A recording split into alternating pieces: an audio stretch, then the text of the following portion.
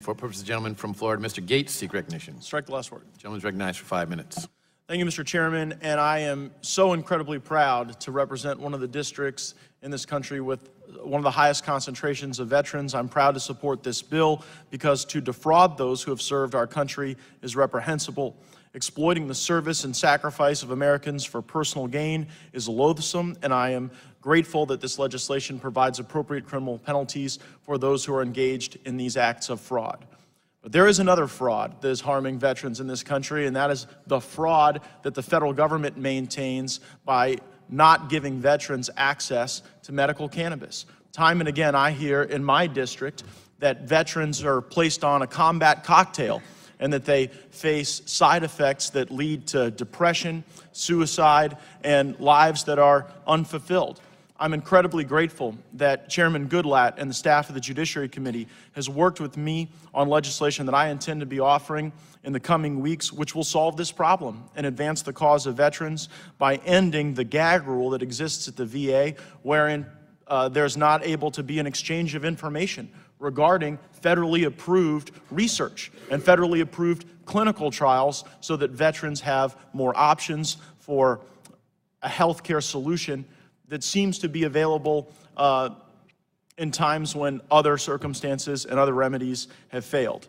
This type of common sense cannabis reform cannot come too soon because right now at the Department of Justice, we're moving in the wrong direction. We've got an Attorney General who has repealed the Cole Memo, which is one of the governing paradigms in our laws and in our practices and policies that has allowed a $20 billion legal cannabis industry to flourish.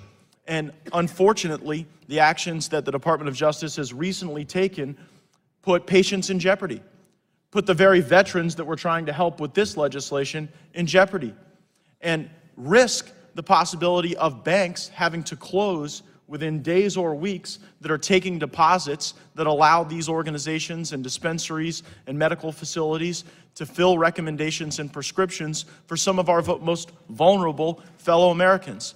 What in the world was the Attorney General thinking to try to repeal the Cole Memo and then not allow people delivering medicine to have the capability to do that for people who are vulnerable? And so I look forward to continuing to work with members of this committee who've been so gracious to accept some of my ideas.